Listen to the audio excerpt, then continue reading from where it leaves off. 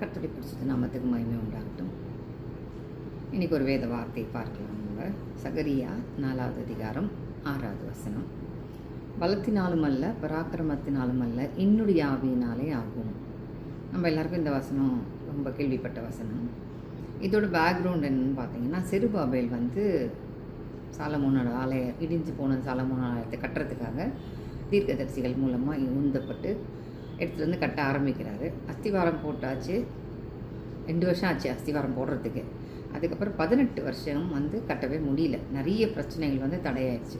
இப்போ திருப்பியும் ஒரு தீர்க்கதரிசி மூலமாக நீ போய் ஆலயத்தை கட்டு அப்படின்னு சொல்லி அவனுக்கு வார்த்தை வந்த உடனே அவன் கட்டுறதுக்காக தொடங்கி வரும்போது எல்லாமே எதிரடையாக இருக்குது. என்ன செய்ய போகிறேன்னு தெரியல. அப்போது ஒரு தீர்க்கதரிசி மூலமாக அவனுக்கு ஒரு விஷன் மாதிரி வருது. நீ என்ன பார்க்குறேன்னு கேட்டோன்னே, ஒரு பொன் குத்து விளக்கு இருக்குது, அதில் 7 விளக்கு, அகல் விளக்கு இருக்குது, அதுக்கு 7 குழாய்கள் இருக்குது, அதுக்கு 2 சைட்லேயும் 2 ஒலிவ மரம் இருக்குது அப்படின்னு பார்க்குறேன்னு சொன்னேன்.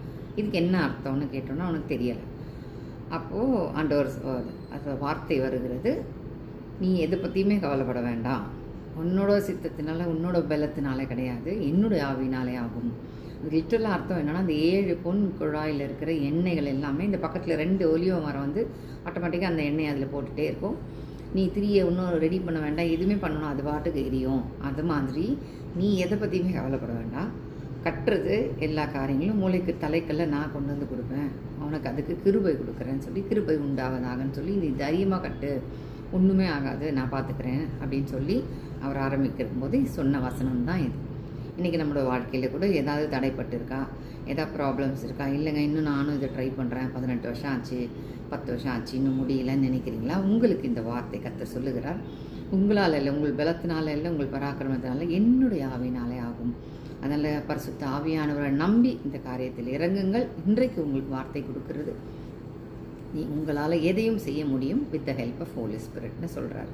ஸோ எடுத்த காரியத்தில் பின்வாங்க வேண்டாம். அதுலேயும் ஒரு வசனம் கீழே படிச்சிங்கன்னா தெரியும், அவன் கையிலே ஆரம்பித்தது அவன் கையினாலே முடிச்சதுன்னு எழுதியிருக்கும். ஓகேவா? கர்த்தரோட நாமம் மகிமைப்படும்.